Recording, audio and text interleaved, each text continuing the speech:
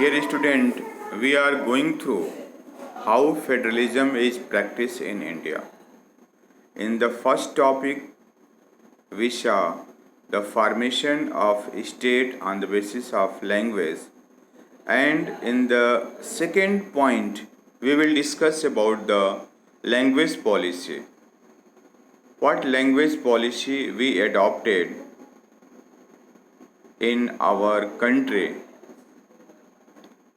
we prefer to whom, and what we did, we will see in this topic. As you have seen that in Sri Lanka, Sinhalese people, they adopted the policy of majoritarianism. That result was very drastic. Finally, it converted into civil war. That was not the spirit of power sharing. Let us see what happened in our country. See, a second test for Indian Federation is the language policy. What policy we adopted, that is the responsible. Our constitution did not give the status of national language to anyone. It's very important point. It means there is no any national language in our country. There is no any national language in our country. Generally, we understand that Hindi is the national language, but Hindi has been recognized as an official language, not the national language. Our constitution does not give the status of national language to any one language. Hindi was identified as official language. But Hindi is the only mother tongue of about 40% of Indian. Only 40% Indian speak in Hindi. So we can't impose Hindi to each and every citizen of our country. Therefore, there were many safeguards to protect other languages also. Beside Hindi, there are 21 other languages recognized as scheduled language by the constitution. So Hindi के अलावा हमने 21 और दूसरे language को भी constitution में स्थान दिया कि इसमें हम राज काज कर सकते हैं. Means we have total 22 official language scheduled in our constitution where we can do our official work in a very nice manner without any problem. A candidate in an examination conducted by central government position may opt to take the examination in any of these languages. कोई candidate जो central government के examination में बैठ रहा है वह इन 22 language में से कोई भी लैंग्वेज ले सकता है, चूज कर सकता है. दैट में be Punjabi, Urdu, Hindi, Bengali, Asami, Tamil, Telugu, Kannada, Malayalam, any language it might be. State too has their own official language. State का अपना ऑफिशियल लैंग्वेज है.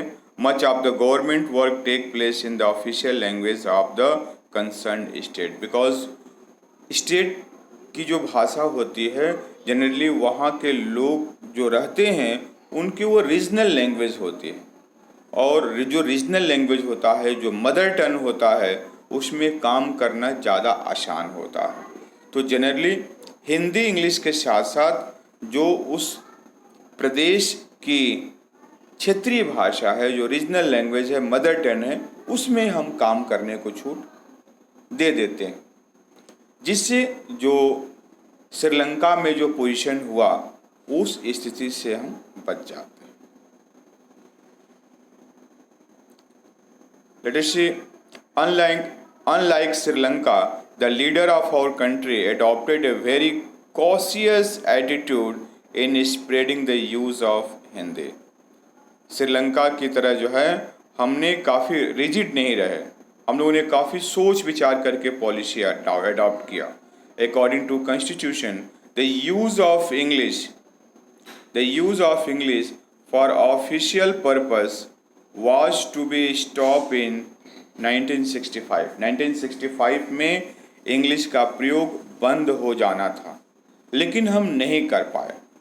However, many of the non-Hindi speaking states demanded that the use of English continue.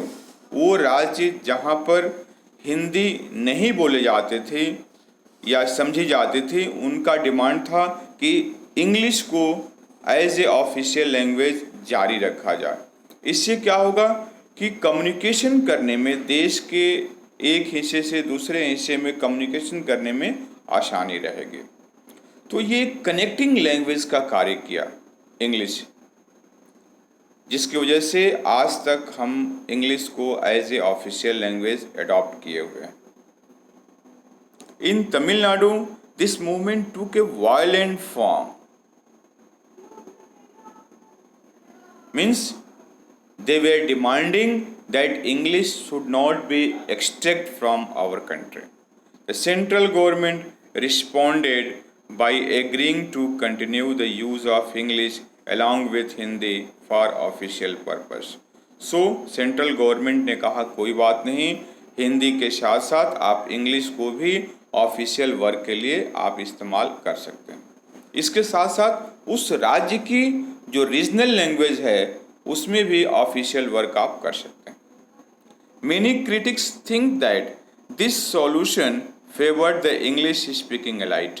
बहुत से आलोचक ऐसा मानते हैं कि इसके वजह से भारत में अंग्रेजियत को प्राथमिकता मिलेगी. Promotion of Hindi continue to be the official policy of government of India. Bharat सरकार की पॉलिसी है कि हिंदी को प्रमोट किया जाए. But promotion does not mean the central government can impose Hindi on state where people speak a different language. Promotion का मतलब ये नहीं है कि गवर्नमेंट ऐसे राज्यों पे ज़बरदस्ती उनसे हिंदी बुलवाए जो हिंदी नहीं बोल सकते.